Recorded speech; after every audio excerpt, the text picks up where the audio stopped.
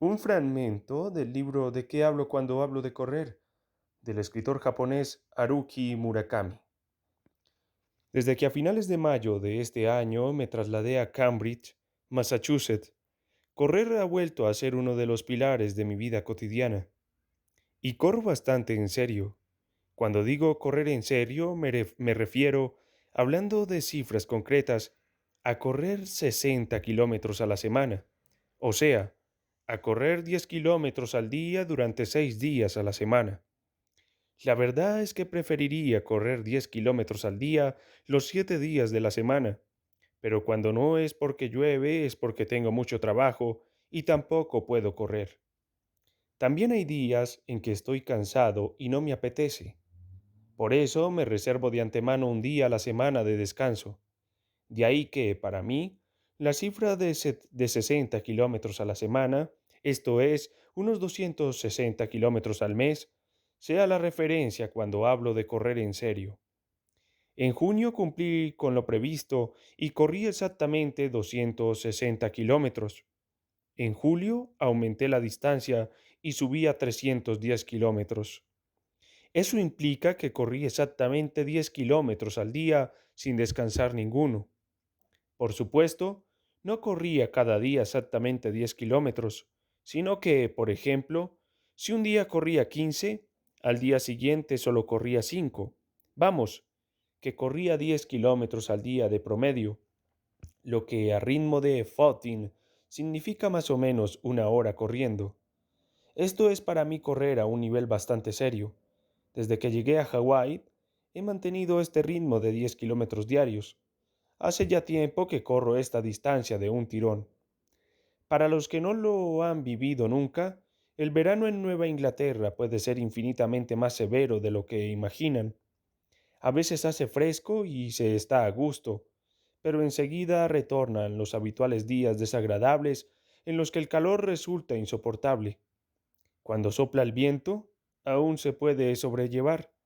Sin embargo, en cuanto el viento cesa, esa humedad proveniente del mar, que parece niebla, se convierte en una fina película y se adhiere con firmeza a tu cuerpo. Solo con correr una hora por la ribera del río Charles, todo lo que llevo puesto acaba tan empapado de sudor que se diría que me han echado un cubo de agua por encima. La piel me escuece por el sol. La mente se me nubla. No consigo pensar nada coherente. Pese a todo, si le echo ganas y consigo acabar la carrera, entonces brota de mi interior una intensa sensación de frescura y renovación, que tiene también algo de autoabandono, como si me hubiera conseguido exprimir por completo. Puedo dar varias razones que explican por qué, a partir de cierto momento, dejé irremediablemente de poder correr en serio. En primer lugar, está el hecho de que al irse volviendo la vida más ajetreada, uno ya no puede tomarse en el día a día todo el tiempo libre que desea. Tampoco es que yo, de joven, contara con todo el tiempo para mí que quería, pero al menos no tenía que atender tal cantidad de labores cotidianas. No sé por qué, pero, según parece, esto de las labores cotidianas es algo que aumenta con la edad. Además, también está el hecho de que mi interés empezara a orientarse más hacia el triatlón que hacia el maratón. Como saben, en el triatlón, además de correr, también hay una prueba de natación y otra de bicicleta. Yo, que soy corredor, no debería tener especiales problemas para acometer la parte de carrera, pero para acostumbrarme a las otras dos iba a tener que llevar a cabo unos entrenamientos específicos. Tuve que rectificar mi estilo de natación desde el principio, aprender la técnica para montar en bicicleta y preparar bien los músculos para todo ello. Eso requiere tiempo y esfuerzo. Así que tuve que reducir el tiempo que dedicaba a correr. Pero la razón principal por la que ya no podía correr con suficiente diligencia y entusiasmo fue que, a partir de cierto momento, empecé a sentirme algo hastiado del hecho de correr. Había empezado a correr en el otoño de 1982 y desde entonces había corrido sin interrupción durante casi 23 años. Había hecho footing casi todos los días. Había corrido por lo menos un maratón al año. Contándolos, he corrido 23 hasta ahora. Y además, había participado en incontables carreras de todo tipo de distancias, tanto largas como cortas, por todos los lugares del mundo. Correr largas distancias siempre había ido bien con mi naturaleza. Simplemente disfrutaba corriendo. Correr era para mí, de entre las numerosas costumbres adquiridas a lo largo de mi vida, tal vez la más provechosa y la que más sentido tenía. Y creo que, gracias a haber corrido ininterrumpidamente durante veintitantos años, mi cuerpo y mi espíritu se fueron formando y fortaleciendo. No puede decirse que yo esté hecho para los deportes de equipo. Para bien o para mal, es algo con lo que se nace. Siempre que juego al fútbol o al béisbol, salvo durante mi infancia, es algo poco frecuente. No puedo evitar sentirme ligeramente incómodo. Tal vez se deba a que no tengo hermanos, pero lo cierto es que los juegos de equipo no me apasionan nada. En cuanto a los juegos en que se enfrentan dos personas, como el tenis, tampoco puedo decir que sean mi fuerte. El squash me gusta, pero cuando juego un partido, tanto si gano como si pierdo, no acabo de quedarme convencido. Los deportes de combate también me dan mal. Por supuesto, yo también tengo mi pundonor y no me gusta perder, pero desde antaño, no sé por qué, nunca he tenido especial interés en competir con los demás para ver quién gana o pierde. Y esta tendencia no ha cambiado, en general, al hacerme adulto. En este y en otros ámbitos, no me preocupa en exceso si gano o me ganan. Me interesa más ver si soy o no capaz de superar los parámetros que doy por buenos. Y en este sentido, las carreras de fondo encajaban perfectamente con mi mentalidad. Si uno prueba a correr un maratón, se da cuenta de ello. A los corredores de fondo no les importa demasiado que otro corredor les supere o superar a otro durante la carrera. Por supuesto, si uno llega a ser un corredor de élite de los que aspiran a la victoria, entonces superar al rival que se tiene delante cobra mucha importancia. Pero en general, para los que no formamos parte de esa élite, una victoria o una derrota en particular no es crucial. Es posible también que entre estos últimos haya quien corra con la motivación de no querer que le gane tal o cual persona, y quizás eso les sirva de estímulo para entrenar. Pero si tu motivación para correr una carrera desaparece o disminuye cuando determinado rival, por los motivos que sean, no puede participar en ella, está claro que no aguantarás mucho como corredor. La mayoría de los corredores suele afrontar las carreras fijándose de antemano un objetivo concreto, del estilo, esta vez intentaré hacerlo en tal tiempo. Si consiguen recorrer cierta distancia en el tiempo que se han fijado, entonces han conseguido algo, y si no lo logran, entonces no lo han conseguido.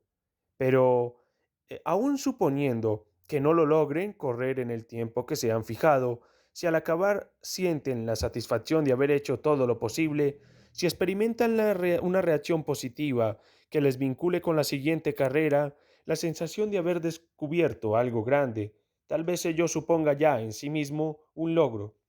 En otras palabras, el orgullo, o algo parecido, de haber conseguido terminar la carrera es el criterio verdaderamente relevante para los corredores de fondo. Lo mismo cabe decir respecto del trabajo. En la profesión de novelista, al menos para mí, no hay victorias ni derrotas. Tal vez el número de ejemplares vendidos, los premios literarios o lo buenas o malas que sean las críticas construyan una referencia de los logros obtenidos, pero no los considero una cuestión esencial. Lo más importante es si lo escrito alcanza o no los parámetros que uno mismo se ha fijado, y frente a eso no hay excusas. Ante otras personas, tal vez, uno pueda explicarse en cierta medida, pero es imposible engañarse a uno mismo. En este sentido, escribir novelas se parece a correr un maratón. Por explicarlo de un modo básico, para un creador la motivación se halla silenciosa en su interior, de modo que no precisa buscar en el exterior ni formas, ni criterios. Para mí, correr, al tiempo que un ejercicio provechoso, ha sido también una metáfora útil. A la par que corría día a día, o a la vez que iba participando en carreras, iba subiendo el listón de los logros, y a base de irlo superando, el que subía era yo, o al menos, aspirando a superarme, me iba esforzando día a día para conseguirlo. Ni qué decir tiene que no soy un gran corredor. Mi nivel es extremadamente corriente, por no decir mediocre, un término quizá más adecuado. Por eso, no es en absoluto importante. Lo importante es ir superándose, aunque solo sea un poco, con respecto al día anterior. Porque si hay un contrincante al que debes vencer en una carrera de larga distancia, ese no es otro que el de tú ayer.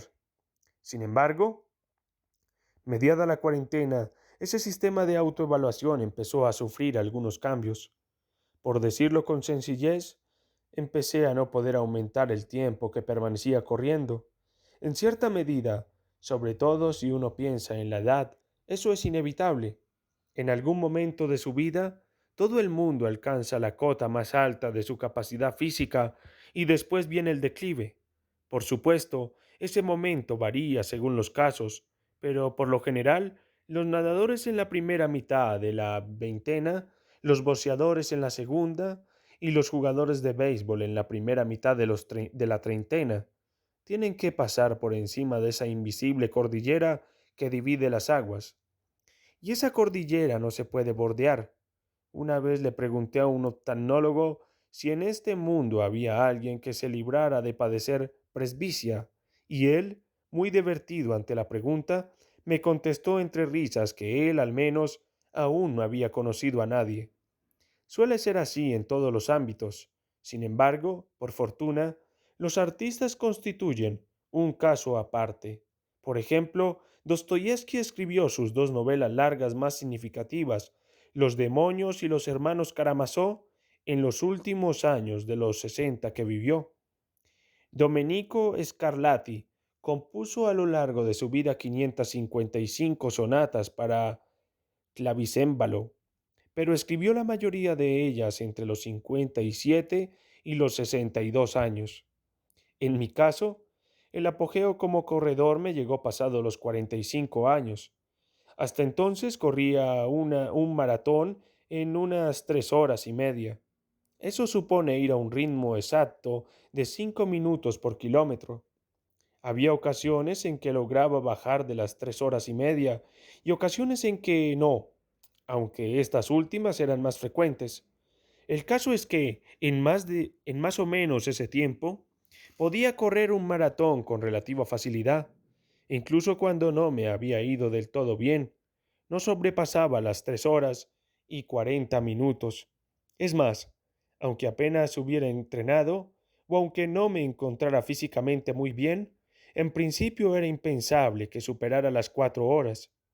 Eso duró algún tiempo, pero en algún momento se fueron volviendo las tornas. A pesar de que entrenaba igual que antes, cada vez me costaba más completar el recorrido del maratón antes de las 3 horas 40. Mi ritmo pasó a ser de 5 minutos y medio por kilómetro y al final me aproximé hasta rozarla a la línea de las 4 horas. Fue un shot. ¿Qué me estaba pasando? No quería pensar que fuera cosa de la edad. Y es que en mi vida cotidiana no tenía en absoluto la sensación de estar sufriendo un declive físico. Pero por más que lo negara, por más que lo ignorara, los tiempos seguían aumentando inexorablemente. Tal vez se debiera, al menos en parte, a que mis tiempos en el maratón iban dejando de ser los que cabría desear. Pero el caso es que empecé a sopesar la posibilidad de correr distancias aún más largas que el maratón. Comenzaron a interesarme otros deportes, como el triatlón o el squash.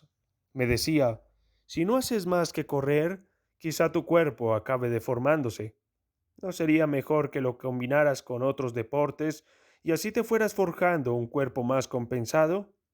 Con una entrenadora particular, rehice desde la base mi técnica de natación y conseguí nadar de una manera más rápida y cómoda. Así, fui también adquiriendo musculatura y mi complexión se fue transformando a ojos vista. Pero mis tiempos en el maratón seguían su firme pero lento retroceso, al igual que ocurre cuando baja la marea. Correr ya no me resultaba algo despreocupado y divertido como antes. Entre el correr y yo, se había presentado esa época de pereza y hastío que les llega a muchos matrimonios, esa época dominada por la desilusión de no ver recompensado suficientemente los esfuerzos y a la sensación de bloqueo, porque esa puerta que debería estar abierta se ha cerrado irremisiblemente en algún momento. Denominé a esos runners la tristeza del corredor. Más adelante les contaré con mayor detalle a qué clase de tristeza me refiero. Sin embargo, al regresar a Cambridge después de 10 años, con anterioridad había vivido en esta ciudad 2 años, de 1993 a 1995, en la época en que era presidente Bill Clinton, y volver a tener ante mis ojos el río Charles, brotó nuevamente en mí, no sé muy bien de dónde, el deseo de correr. Los ríos, a no ser que sufran cambios trascendentales, no varían mucho con el paso de los años, pero me pareció que el río Charles estaba especialmente igual que siempre. Había transcurrido el tiempo. Los estudiantes eran otros. Yo tenía 10 años más, y por debajo del puente había corrido literalmente mucha agua. Con todo, el río en sí no había cambiado ni un ápice y seguía mostrando su apariencia de antaño. El caudaloso curso de agua fluía silencioso hacia la bahía de Boston, remojando las orillas, haciendo brotar las verdes plantas estivales, alimentando a las aves acuáticas, pasando bajo el viejo puente de piedra, reflejando las nubes en verano, o llevando a flote cascos de hielo en invierno, sin prisa pero sin pausa, como esas ideas inmutables que han conseguido sobrevivir a numerosas revisiones. El río simplemente seguía, silencioso, su camino hacia el mar. Para cuando había puesto en orden todo el equipaje que había traído de Japón, había concluido los diversos trámites administrativos y me había instalado del todo, ya había empezado a correr de nuevo con entusiasmo. Había resurgido en mi vida la alegría de volver a correr pisoteando el mismo suelo por el que antaño solía hacerlo, mientras aspiraba el aire fresco de las primeras horas de la mañana. El sonido de los pasos, el de la respiración y el de los latidos del corazón se entrelazaban e iban componiendo un peculiar polirritmo. El río Charles es una especie de santuario de las regatas. En él siempre hay alguien remando en una embarcación. Yo corro como si compitiera contra los remeros. Por supuesto, casi siempre son más rápidos ellos, pero si se trata de un simple bote que boga tranquilamente contra corriente, a veces la competición resulta más interesante. Tal vez sea porque allí se celebra el maratón de Boston, pero el caso es que en Cambridge hay muchos corredores. Los caminos para hacer footing se prolongan a lo largo de toda la ribera del río Charles, de modo que si a uno le apetece, puede ir corriendo hasta donde quiera y durante todo el tiempo que quiera. Eso sí, como se trata de vías de uso compartido con las bicicletas, siempre hay que tener en cuenta que una de ellas puede aparecer detrás de ti a toda velocidad. Y como también hay muchas grietas en el piso, es preciso estar atento para no tropezar. También resulta exasperante quedarse atrapado en un semáforo y tener que esperar. Al margen de eso, los recorridos son muy agradables. Cuando corro, por lo general, escucho música rock, a veces también jazz, pero desde el punto de vista de la adecuación al ritmo de carrera, el rock se me antoja lo más recomendable como acompañamiento. Por ejemplo, los Red Hot Chills, los Gorillaz o los Beat, o grupos más antiguos, como los Creedence o los Beach Boys. Lo mejor es un ritmo lo más simple posible. Actualmente muchos escuchan su iPod mientras corren, pero yo prefiero el mini DIT, al que estoy acostumbrado. En comparación con el iPod, es un poco más grande y su capacidad de almacenamiento es notablemente inferior, pero para mí es más que suficiente. Por ahora, no quiero mezclar la música con la informática. Es lo mismo que lo de no mezclar la amistad o el trabajo con el sexo. Como ya he dicho, en julio corrí 310 kilómetros. Hubo 2 días de lluvia y otros dos en que a causa del traslado no pude correr, y hubo muchos días en los que el calor se volvió insoportable. Así pues, que consiguiera correr 310 kilómetros no estaba mal. No estaba nada mal.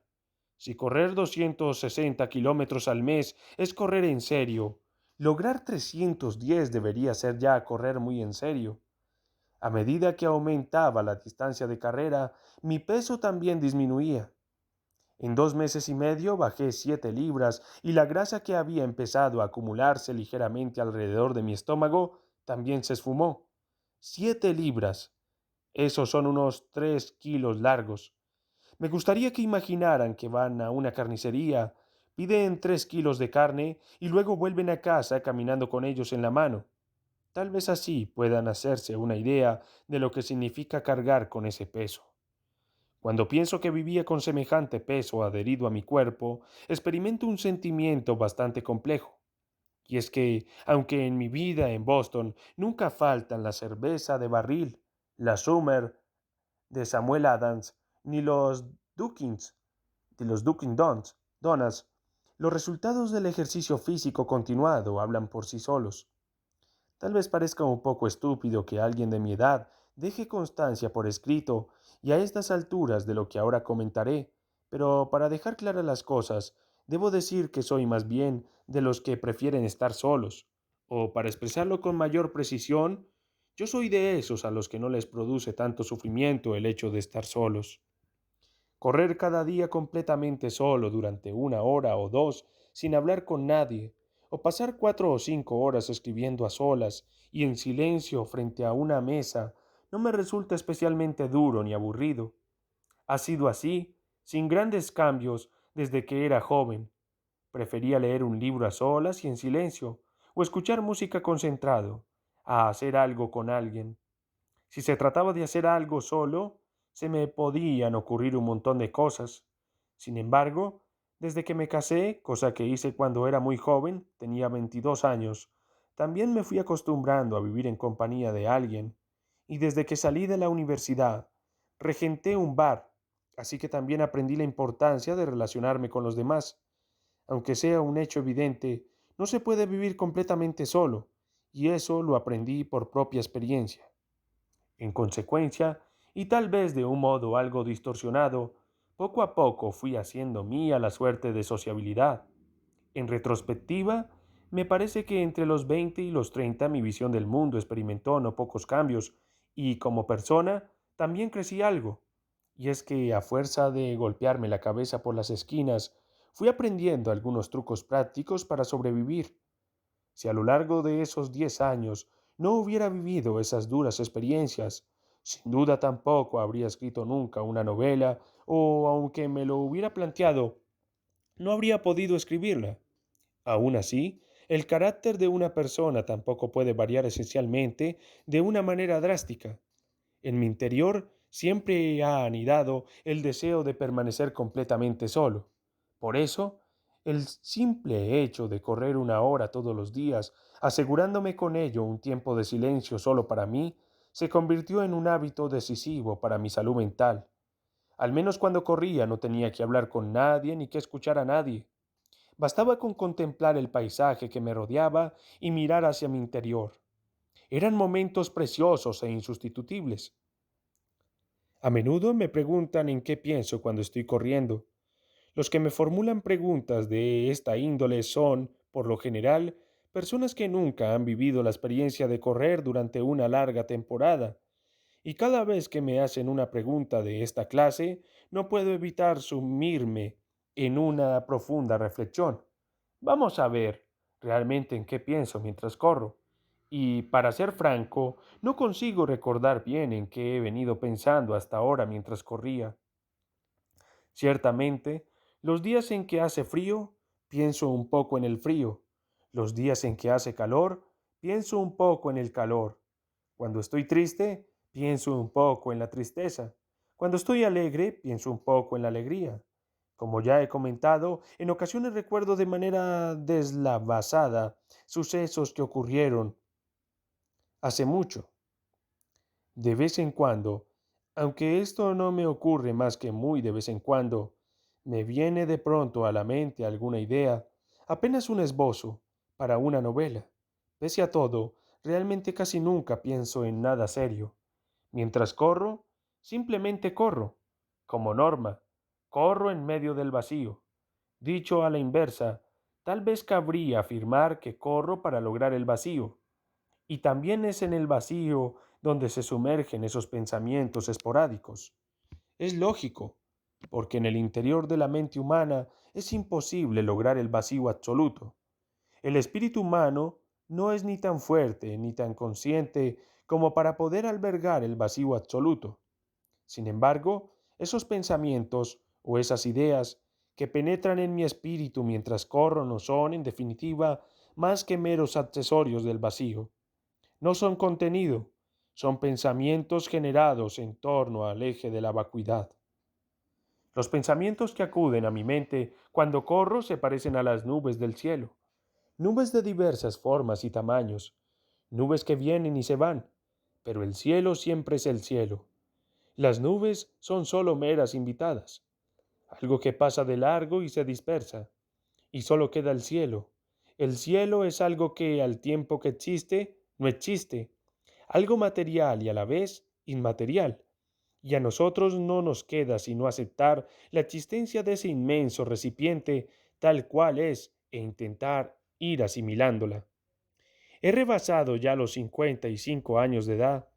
De joven me resultaba inconcebible que llegara el siglo XXI y que yo superara la cincuentena. Por supuesto, era evidente que algún día llegaría el siglo XXI, a no ser que ocurriera algo, y que para entonces yo habría rebasado la cincuentena, pero de joven, imaginarme a mí mismo con esa edad me costaba tanto como intentar imaginar al detalle el mundo de ultratumba. Cuando Matt Jagger era joven, se jactó de que prefería morir antes de seguir cantando satisfacción a los 45. Pero lo cierto es que incluso ahora, que ya ha superado los 60, sigue cantando satisfacción. Hay quien se ríe de ello. Yo no puedo, porque de joven, Mick Jagger tampoco era capaz de imaginarse a sí mismo con 45 años. Y lo mismo me pasaba a mí. ¿Puedo reírme yo de Mick Jagger? No. Lo que pasa es que, por azar, yo no era un joven y afamado cantante de rock como él. Así pues, aunque en aquella época yo dijera cosas muy estúpidas, ahora nadie las recuerda, de modo que tampoco pueden ser reproducidas. ¿No es acaso esa la única diferencia? Y ahora me hallo ya y vivo dentro de ese modo antes inimaginable. Si lo pienso, me resulta algo curioso. Ni yo mismo soy capaz de discernir con claridad si la persona que soy y que se encuentra en ese mundo es feliz o infeliz, pero tampoco creo que merezca la pena preocuparse en exceso por eso. Para mí, y quizá para todo el mundo, esta ha sido la primera vez desde que nací que he experimentado lo que es envejecer, y la sensación que eso trae aparejada también es nueva. Si la hubiera experimentado con anterioridad, siquiera una vez, seguramente habría podido discernir muchas más cosas y con mayor claridad. Pero el caso es que, al tratarse de la primera vez, no resulta nada fácil. Así que en lo que a mí respecta, por el momento solo puedo dejar para más adelante las valoraciones de detalle, aceptar las cosas como son e ir viviendo con ello. Es exactamente lo mismo que con el cielo, las nubes o el río. Además, tengo la impresión de que también hay en ello una especie de chispa que, según se mire, no es en absoluto despreciable.